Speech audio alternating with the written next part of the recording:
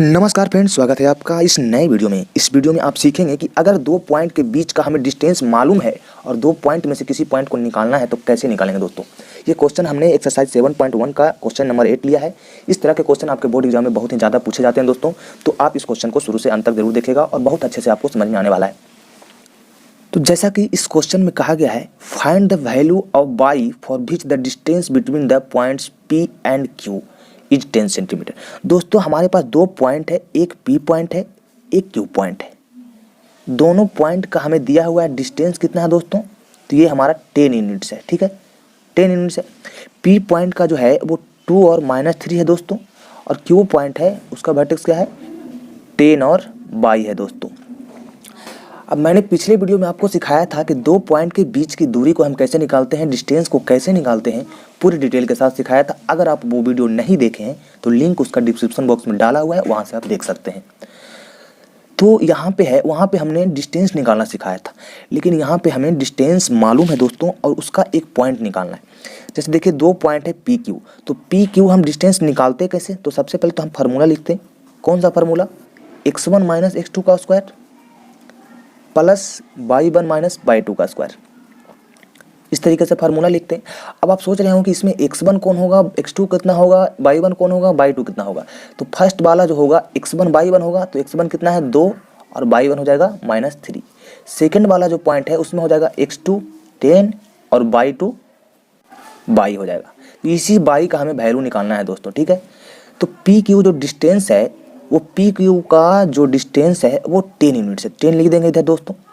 अब x1 - x2 का square करना है, तो x1 कितना है दोस्तों, x1 हमारा 2 है और x2 10 है, तो 2 - 10 का स्क्वायर कुछ इस तरीके से लिखेंगे दोस्तों, प्लस y1 - y2 का स्क्वायर। तो y1 -3 है और y2 कितना है, y, इसी का वैल्यू हमें निकालना है दोस्तों। यहाँ से इस तरीके से लिख सकते हैं। अब 10 = 2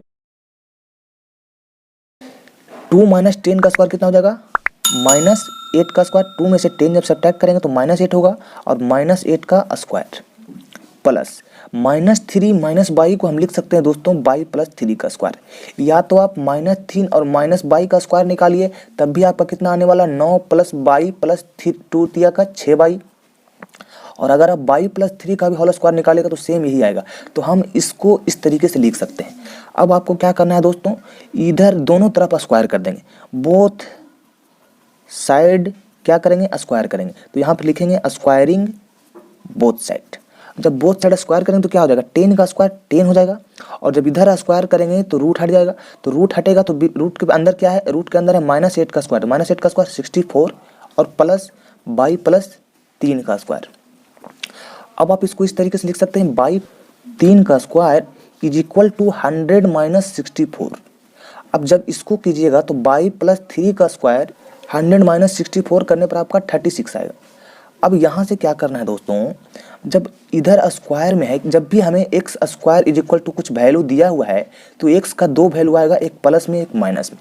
तो यहाँ से आप देखिएगा क्या हो जाएगा, y + 3 है दोस्तों, ये स्क्वायर इधर जाएगा तो ये रूट में हो जाएगा, तो रूट आप लिख सकते हैं 36। और जब रूट से बाहर निकलेगा दोस्तों तो यहाँ से हो जाएगा y + 3 = +-6।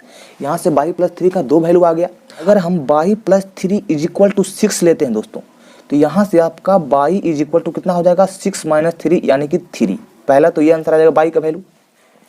और अगर हम y + 3 का जो -6 लेते हैं तो वो आ जाएगा कितना, y = -6 - 3 = -9, तो यानी कि y का वैल्यू 2।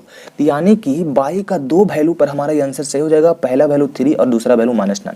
ये वीडियो आपको अच्छा लगा हो तो लाइक करना ना भूलिएगा दोस्तों, और साथ ही मैथ्स पढ़ने के लिए इस चैनल को सब्सक्राइब कर लीजिए। आपको कंप्लीट मैथ्स इस बार पढ़ाने वाले हैं।